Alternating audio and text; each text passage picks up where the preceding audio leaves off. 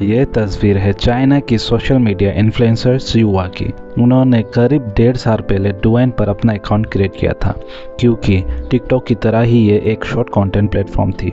शुरुआत में उनके अकाउंट पर कुछ ही फॉलोअर्स थे, लेकिन कुछ महीनों बाद अचानक उनके फॉलोअर्स बढ़ने लगे और 1 मिलियन तक पहुंच गए, क्योंकि उन्होंने अनाउंस किया था कि वो अगले 10 महीनों में अपना वज़न, जो कि 159 किलो था, उसे आधा करके दिखाएंगे। फिर क्या था, इंस्टेंट रिजल्ट की शौकीन करंट जनरेशन उन्हें फॉलो करने लगी। अपने इस वादे को पूरा करने के लिए सियुआ ने केवल विगरस वर्कआउट रूटीन फॉलो किया, बल्कि अपनी डाइट भी काफ़ी कम कर दी। एवरीथिंग इज पॉसिबल की मोटो के साथ सियुआ ने 2 महीनों में ही अपना वजन 37 किलो कम करके दिखा दिया। अब सियुआ फेमस हो चुकी थी, उसके फॉलोअर्स और भी बढ़ गए थे। वेट लॉस और फिटनेस सिक्योरिटीज कंपनीज उन्हें अप्रोच करने लगे थी। वेट लॉस कैंप, सेमिनार्स और प्रोग्राम्स की उन्हें फ्री पासेस मिलने लगे। केवल 21 साल की उम्र में सियुआ फेम को एंजॉय करने लगी थी। ये फेम उसे और ज़्यादा वेट लॉस करने के लिए मोटिवेट कर रहा था। लेकिन दुख की बात यह है कि ऐसा ही एक वेट लॉस कैंप में एक्सरसाइज करते हुए सियुआ की मौत हो गई। डॉक्टर्स का कहना था कि एक्सेसिव फैटिग और नेगेटिव एनर्जी बैलेंस के कारण सियुआ के शरीर के बहुत से ऑर्गन्स डैमेज हो गए थे, जिसके कारण उसकी मौत हो गई। यह शॉकिंग इंसिडेंट कहीं ना कहीं हमें यह याद दिलाता है कि फेम के पीछे भागते भागते कैसे सोशल मीडिया इन्फ्लुएंसर्स अपने फिजिकल, मेंटल और इमोशनल हेल्थ कॉम्प्रोमाइज़ कर रहे हैं, और उन्हें फॉलो करने वाले हम सब भी कहीं ना कहीं अपनी आंखें बंद करके उस राह पर चल रहे हैं। इसलिए आज के सिनेरियो में ये बहुत ज़रूरी है कि हम सभी सोशल मीडिया और उससे जुड़ी इन्फ्लुएंसर्स की लाइफ का असली सच जान लें। अब क्योंकि मैं खुद भी सोशल मीडिया प्लेटफॉर्म पर ही काम करता हूँ, इसलिए ये वीडियो मैं काफ़ी रिस्पॉन्सिबिलिटी और सेंसिटिवनेस के साथ बना रहा हूँ, ताकि मैं किसी भी ऐसे क्रिएटर की फीलिंग को हर्ट ना कर जाऊँ जो जेन्युइनली मेहनत कर रहा हूँ। तैयार हो तो कमेंट कर दो, आई एम रेडी, क्योंकि जिंदगी बदलने वाली है दोस्तों। सबसे पहले समझते हैं कि आखिर एक इन्फ्लुएंसर होने का मतलब क्या है। अगर हम ऑक्सफोर्ड डिक्शनरी के क्लासिकल डेफिनेशन देखें तो वो कहती है कि an influencer is a person who plays an active role in shaping the opinions of other through his expertise, popularities और रेपुटेशन। यानी ऐसा पर्सन जो अपना एक्सपर्टाइज, पॉपुलैरिटी और सोशल रेपुटेशन के थ्रू लोगों की सोच को बदल सके।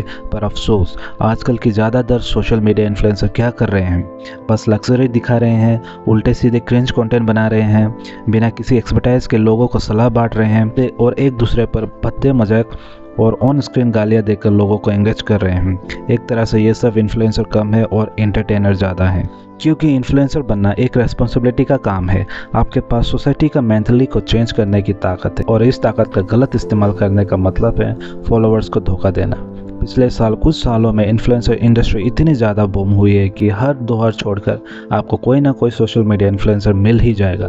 मम्मी ब्लॉगर से लेकर family blog, travel blog, fashion blog, लोग तरह तरह के कंटेंट बना रहे हैं। सब कुछ दूर से देखने में एकदम परफेक्ट लगता है, लेकिन इस परफेक्शन के पीछे कई सारे डार्क सीक्रेट हैं, जिन्हें आज हम एक एक करके डिस्कस करने वाले हैं। Number 1, the fake evolution. क्या कभी किसी इंस्टाग्राम हैंडल या यूट्यूब चैनल कंटेंट को देखकर आपको लगा है कि यार इसके इतना फॉलोअर्स कैसे हो गए?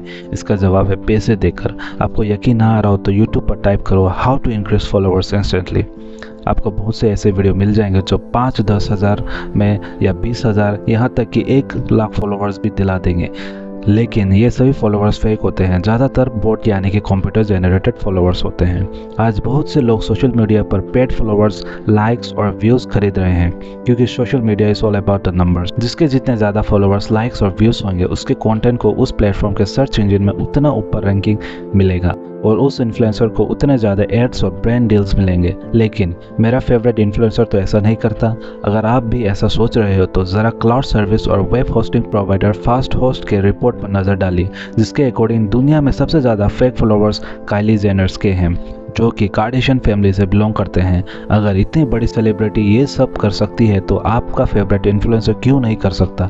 इसलिए सोशल मीडिया पर बस किसी का नाम देखकर उसे फॉलो मत, उसका काम देखकर उसे फॉलो करो, क्योंकि नाम का क्या है, वो तो आजकल पैसा देकर भी बन जाता है। ये तो कि फेक नंबर्स की बात।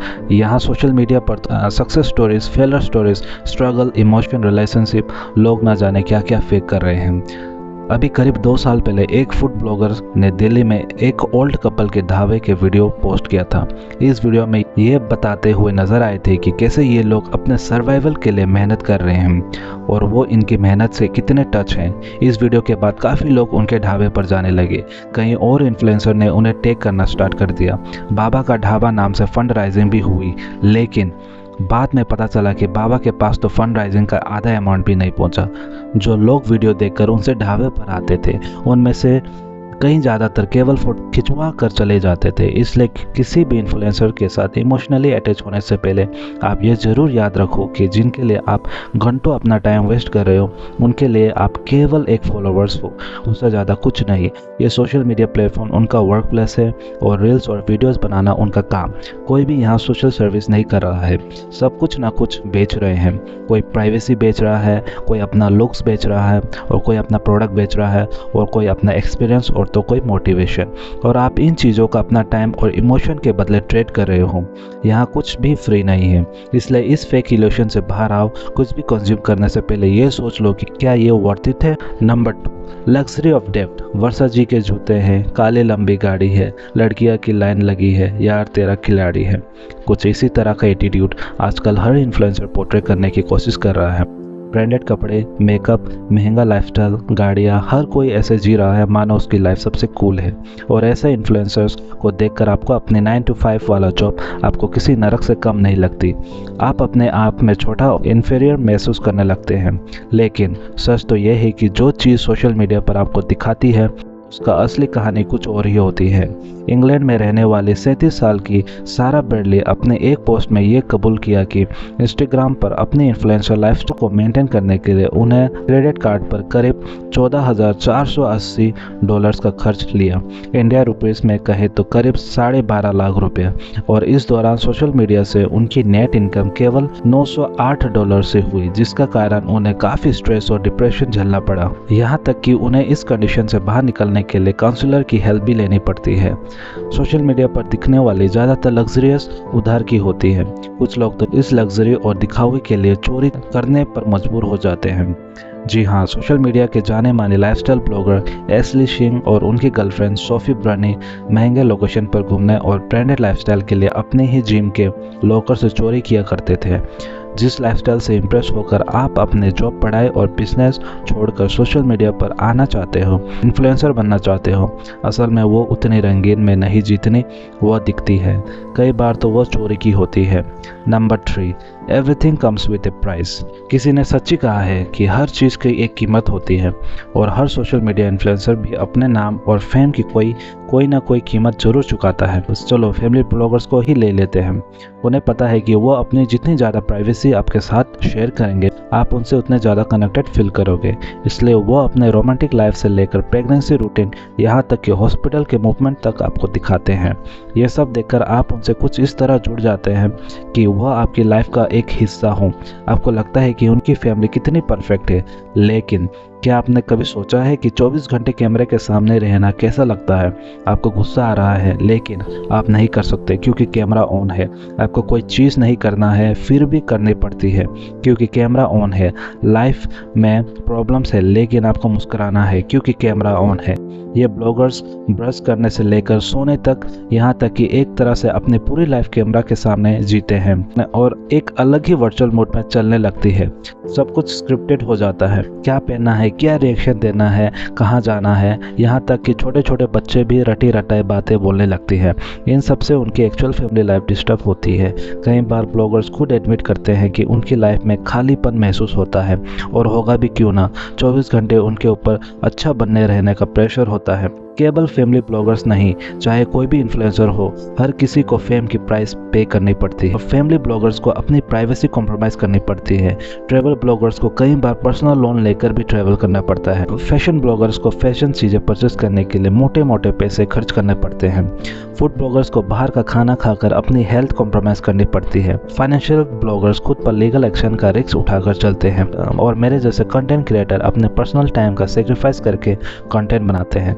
इसलिए जो चीज़ आपको अपने मोबाइल स्क्रीन पर देखकर एकदम इजी गोइंग लगती है उसके पीछे बहुत से राज छुपे होते हैं, कुछ अच्छे तो कुछ बुरे। Number 4, the mental battle. Lee McMillan दुनिया की फेमस ट्रैवल ब्लॉगर्स जो अपनी वैन लाइफ के लिए जाने जाती थी। उनके ब्लॉग्स और रील्स देखकर आपको विश्वास नहीं होगा कि 28 साल की नौजवान लड़की ने सुसाइड कर ली। उसे देखने वाले व्यूवर्स कभी अंदाज़ा भी नहीं लगा पाए कि अपने ब्लॉग्स में हमेशा हंसने वाली, मेंटल हेल्थ के बारे में खुलकर बात करने वाली ली अपने इतना बड़ा मेंटल बैटल लड़ रही थी। इसी तरह इंडिया की one of the 3 famous food bloggers में से एक ईट कोची ईट वाले केरला के राहुल एनकोटी भी 3 नवंबर 2023 को अपने घर में फांसी के फंदे पर झूलते हुए पाए गए। इस इंसिडेंस के एक दिन पहले ही उन्होंने ड्राइव करते हुए चाय की चुस्की का वीडियो शेयर किया था। इस वीडियो को देखकर कोई ना कह सकता था कि ये शख्स अगले दिन खुदकुशी करने वाला है। इसी तरह छत्तीसगढ़ की लीना नागावंशी, उज्जैन की प्रियांशु जैसे ना जाने कितने ऐसे सोशल मीडिया इन्फ्लुएंसर्स हैं जिन्होंने डिप्रेशन, एंजाइटी और अकेलापन के कारण सुसाइड कर ली। यहाँ तक कि इंडिया का मोस्ट व्यू और highly paid social media influencer Carry Minati भी ये कहते हैं कि कई बार उन्हें लगता है काश वह केरी मिनाटी ना होकर अजय नगर ही रहते। मतलब जिन लोगों की लाइफ को देखकर आप अपनी लाइफ को कोसते रहते हो, उनकी खुद की लाइफ में कितने स्ट्रगल्स हैं वो आपकी सोच से भी परे हैं। Number 5, the ugly beauty standard Korean glass skin, एक ही इस्तेमाल में पाए गोरे निखरी त्वचा।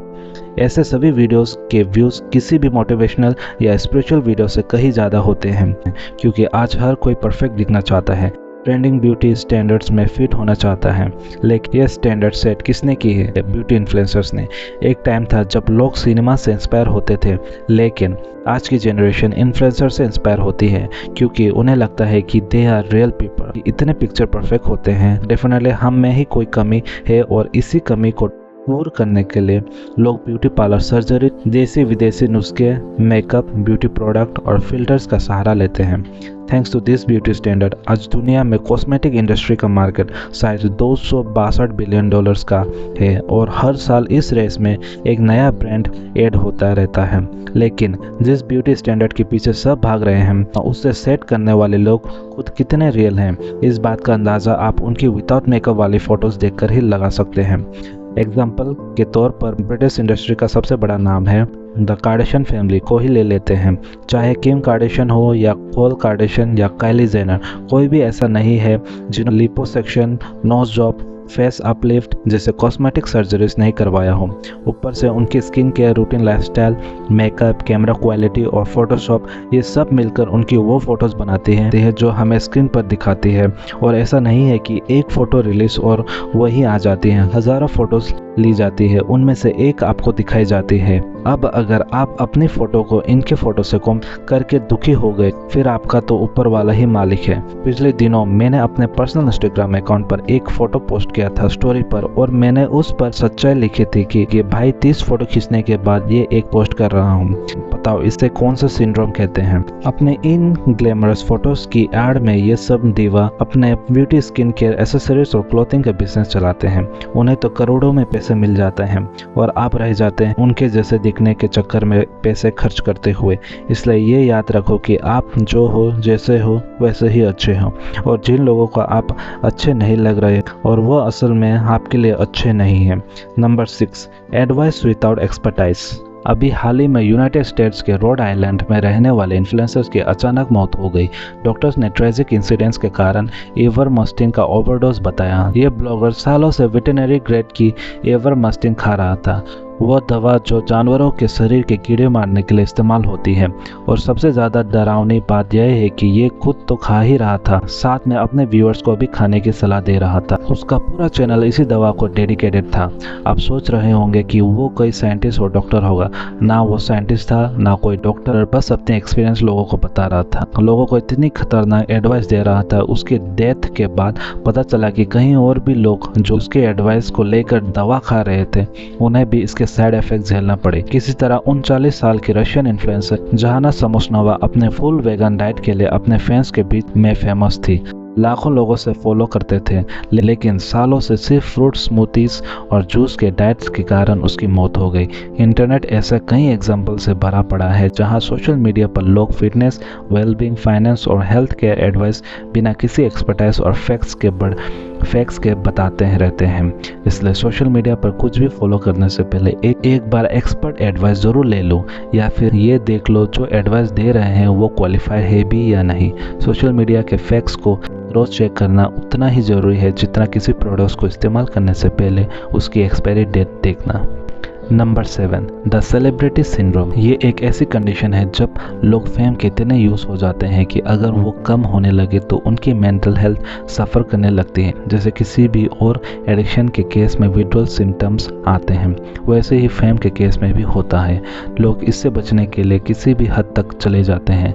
Click baiting, manipulating, fake hookups and breakup जैसे कई तरह के अपनाने लगते हैं। यहाँ तक कि कई कपल्स कंटेंट को इंटरेस्टिंग बनाने के लिए प्रेगनेंसी तक प्लान करते हैं। बार बार फ़ोन चेक करने, व्यूज़ देखना, फॉलोवर्स का नंबर्स देखना, स्टोरीज के व्यूज़ देखना, ये सब सेलिब्रिटी सिंड्रोम के सिम्टम्स हैं और इस सिंड्रोम से ज़्यादातर इन्फ्लुएंसर सफ़र कर रहे हैं। अभी हाल ही में ग्वालियर के ट्रिपल ITI में पढ़ने वाले हैदराबाद के स्टूडेंट दीना और केरला के इन्फ्लुएंसर अजमल शरीफ ने भी सुसाइड कर ली, क्योंकि वह अपनी पढ़ाई और करियर छोड़कर सोशल मीडिया पर आए थे और अब ना उन्हें चैनल पर ग्रोथ मिल रही थी और ना कोई नौकरी। तो ये चीज़ सोचने वाले है कि सोशल मीडिया पर आकर लोग खुद को सेलिब्रिटी समझने लगते हैं, लेकिन जब उनका सामना रियल वर्ल्ड से होता है तो उन्हें एहसास होता है वो कितने आम है और यह सदमा झेल नहीं पाते और सुसाइड जैसे एक्सट्रीम स्टेप्स उठा लेते हैं। इससे जो भी सोशल मीडिया पर फुल टाइम इन्फ्लुएंसर बनना चाहता है वो सोच समझ कर ही डिसीजन ले। Number 3, the brand deals world Singapore based A crypto currency firm जिस लास्ट ईयर हमारे देश में लगभग $3.6 बिलियन मनी लॉन्ड्रिंग चार्जेस लगे थे। इस प्लेटफॉर्म को हमारे देश के टॉप फाइनेंशियल इन्फ्लुएंसर्स ने प्रमोट किया था। उनके सलाह मान हज़ारों लोग ने उस पर पैसा लगाए थे और जिस प्लेटफॉर्म को नो रिस्क की गारंटी के साथ प्रमोट किया जा रहा था वो 1 साल के अंदर ही लोगों करोड़ों रुपए लेकर बैंकरप्ट डिक्लेयर हो गया। प्लेटफॉर्म ओनर्स को तो अपने पैसा मिले, इन्फ्लुएंसर का अपना प्रमोशन पेमेंट मिला, लेकिन आम आदमी को क्या मिला? टेंशन, डिप्रेशन और फाइनेंशियल लॉस। इसलिए किसी भी चीज़ पर केवल इसलिए भरोसा मत कर लो क्योंकि आपका फेवरेट इन्फ्लुएंसर उसे एंडोर्स कर रहा है, क्योंकि आजकल के ज़माने में इन्फ्लुएंसर जो अपने ड्यू डिलिजेंस का दावा करते हैं वो उस दौरान केवल खुद को ही ये यकीन दिला रहे होते हैं कि वह प्रोडक्ट अच्छा है ताकि आपको वह से कन्विंसिंग वे में बेच सके। तो किसी के ड्यू डिलिजेंस पर भरोसा करने से अच्छा है कि आप अपनी रिसर्च कर लो। यूट्यूब पर कुल 114 मिलियन चैनल्स और इंस्टाग्राम पर 2.4 बिलियन एक्टिव यूज़र्स हैं। ऐसे में इन्फ्लुएंसर्स के लिए कंपटीशन इतना बढ़ गया है कि जो लोग सच में अच्छा कंटेंट बना रहे हैं वो इस भीड़ में कहीं गुमसा हो गए हैं। तो अगर आप सोशल मीडिया से कचरा साफ करना चाहते हो तो आपको उन कंटेंट क्रिएटर्स को अप्रिशिएट करना चाहिए जो जेन्युइन इन्फॉर्मेशन दे रहा हो या उनमें किसी तरह की क्रिएटिविटी हो, ताकि आप सोशल मीडिया इन्फ्लुएंसर्स के सैचुरेशन से बच सको और आने वाले टाइम एंड प्लेटफॉर्म पर क्वांटिटी की जगह क्वालिटी हो। और आप ये कर सकते हो अच्छे वीडियोस को लाइक करके, उन पर कमेंट करके और उन्हें शेयर करके।